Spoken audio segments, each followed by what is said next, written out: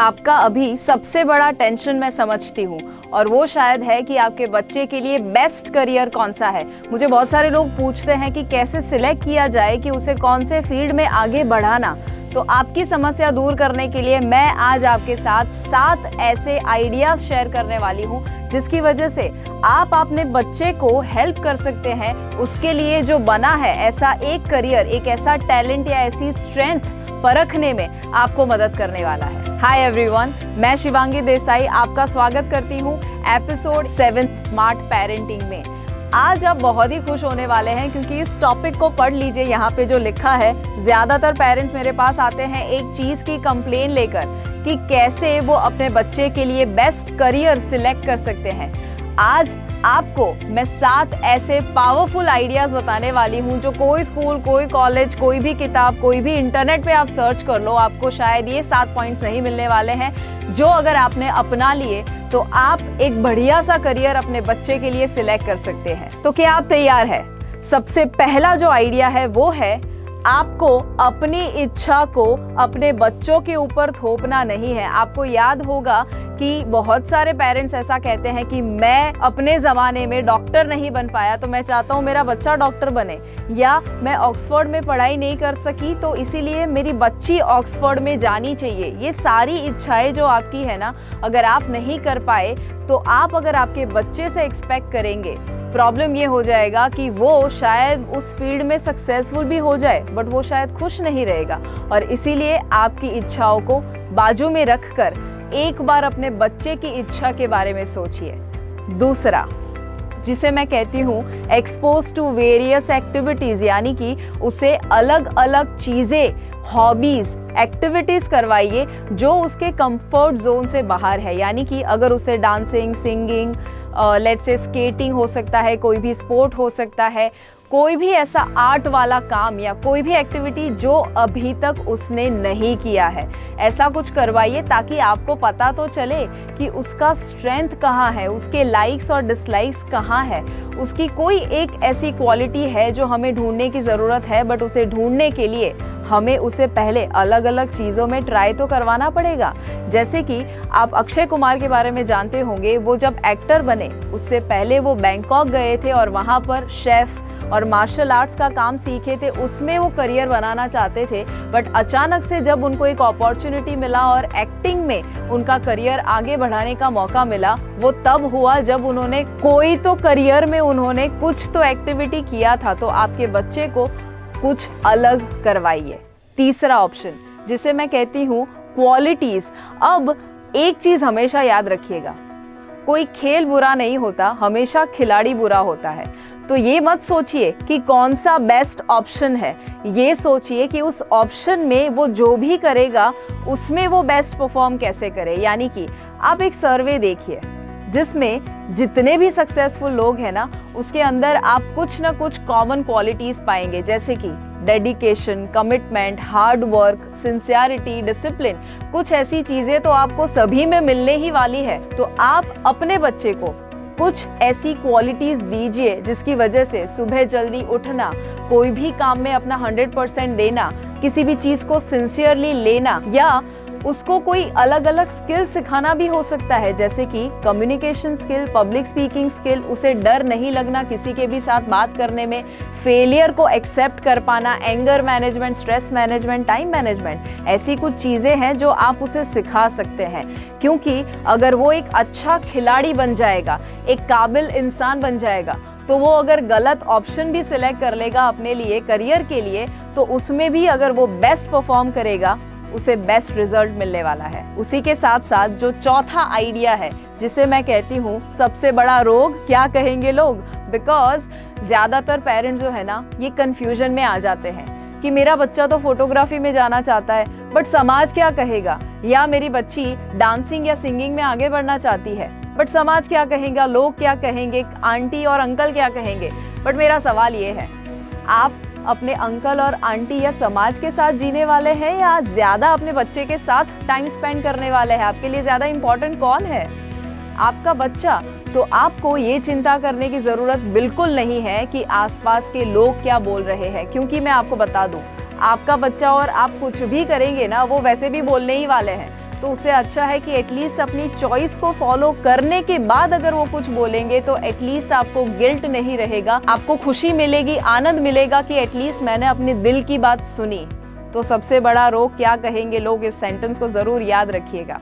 5th idea, इसे मैं कहती हूँ बेस्ट आइडिया। ये इसीलिए क्योंकि हर एक बच्चे के लाइफ में कोई ऐसा रोल मॉडल या मेंटर होना चाहिए जो उसे रेगुलर बेसिस पे इंस्पायर करे। देखिए, आपका बच्चा रोबोट नहीं है, वो कभी कभी डिप्रेस होगा, स्ट्रेस्ड फील करेगा, अपसेट होने वाला है, दुखी होने वाला है, बट उस वक्त अगर उसकी लाइफ में कोई रोल मॉडल होगा, कोई ऐसा इंसान जो शायद जिंदा है या जिंदा नहीं है, या मेंटर का मतलब होता है जो उसे रेगुलर बेसिस पे गाइड कर सके, कोई ऐसा अनुभवी इंसान जिसके पास नॉलेज है, काबिलियत है, सब कुछ है, और वो उसे अगर रेगुलर बेसिस पे कुछ ना कुछ सलाह देते रहेंगे।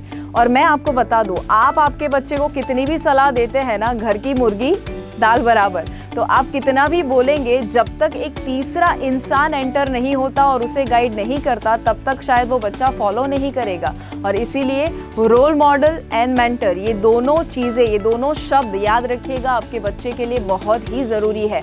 आप कोई भी महान इंसान देखेंगे ना, उसकी लाइफ में कोई ना कोई रोल मॉडल होने ही वाला है।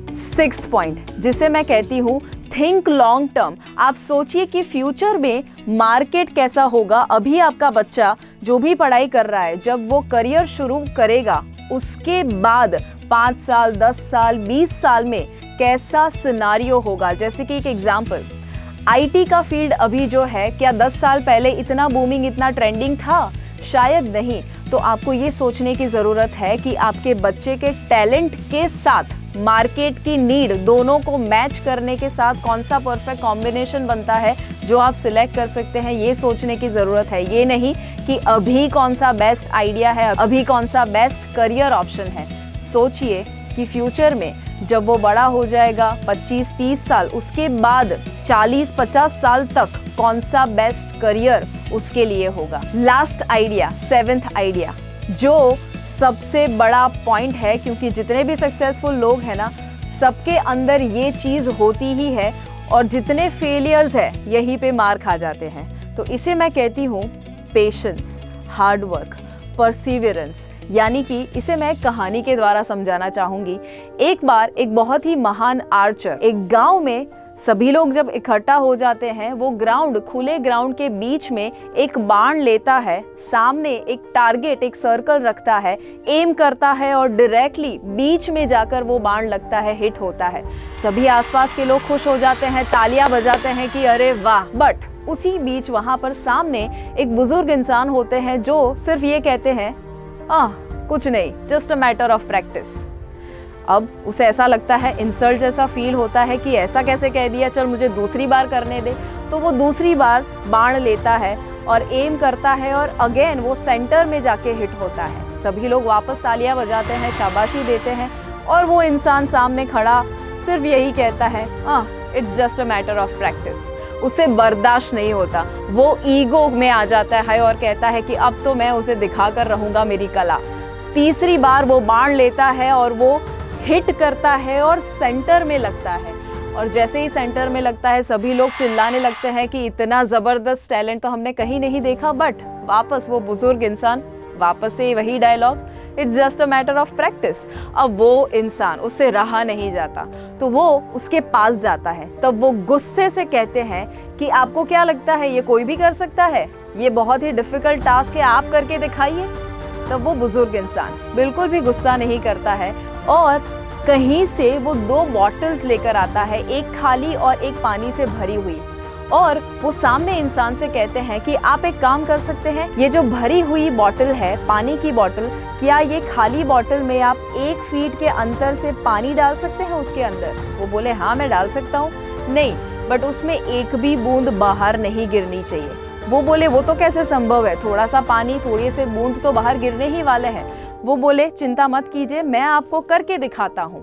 और वो बहुत ही आसानी से 1.5 या 2 फीट के अंतर से पानी जो है वो इजीली दूसरे बॉटल में डाल देता है, और एक भी बूंद बाहर नहीं गिरती है। सभी आसपास के लोग खुश हो जाते हैं, अगेन तालियां बजाते हैं। बट वो एक्सप्लेन करते हैं, जो बुजुर्ग इंसान है वो कहते हैं कि मैं एक ऑयल कंपनी में काम करता हूँ और वहाँ पर मजदूरी करता हूँ। रोज़ मेरा काम एक ही होता है, जहाँ पर एक डिब्बे में से दूसरे डिब्बे में मुझे सिर्फ ऑयल डालना रहता है और ये मैं 10-15 साल से कर रहा हूँ। तो वो जो इंसान बहुत गुस्सा कर रहा था इंस्टेंटली जवाब देता है, कुछ नहीं, just a matter of practice. आपको क्या लगता है? इसमें से एक ही समझने की बात है कि आप जो भी चीज़ को रिपीटेटिवली करेंगे, बार बार करेंगे, उस चीज़ के आप एक्सपर्ट बन जाने वाले हैं। तो ये चीज़ आपके बच्चे को समझाइए। पेशेंस रखना इसमें बहुत ही ज़रूरी है। अगर पहले ही शॉट में उनको ऐसा लग जाए कि नहीं मुझे तो इसमें सक्सेसफुल ही होना है, कोई फेलियर नहीं आना चाहिए, तो वो तो कोई भी फील्ड चूज़ करेंगे, बेस्ट से बेस्ट फील्ड चूज़ करेंगे, तो भी उनका कुछ नहीं होने वाला। तो पेशेंस रखना, हार्ड वर्क करना ज़रूरी है। ऐसा कहा जाता है कोई भी चीज़ को आप जब 10,000 बार करते हैं तब आप उसके एक्सपर्ट बन जाएंगे। ये चीज़ आपके बच्चे के लिए और आपको समझने के लिए बहुत ही ज़रूरी है। तो आपको क्या लगता है ये 7 आइडियाज़ में से कौन सा आइडिया परफेक्ट है आपके बच्चे के लिए? कौन सा आइडिया आप अपनाने वाले हैं? मुझे ज़रूर बताइए। मैं सारी कमेंट्स हमेशा पढ़ती हूँ और मुझे और ज़्यादा इंस्पिरेशन मिलता है आपकी अच्छी कमेंट्स सुनने के बाद। और कुछ लोग मुझे सजेशन भी देते हैं कि कौन से नए टॉपिक्स में ले सकती हूँ, तो ज़रूर मुझे कमेंट में बताइए। और हाँ, ये वीडियो को ज़रूर शेयर कीजिएगा क्योंकि हम एक मिशन पर चले हैं जहां पर इंडिया में हम नई जनरेशन ऐसी तैयार करना चाहते हैं जो कन्फ्यूजन से भरी ना हो, बट जिसके अंदर क्लैरिटी हो और जो इंडिया को सुपर पावर बना सके।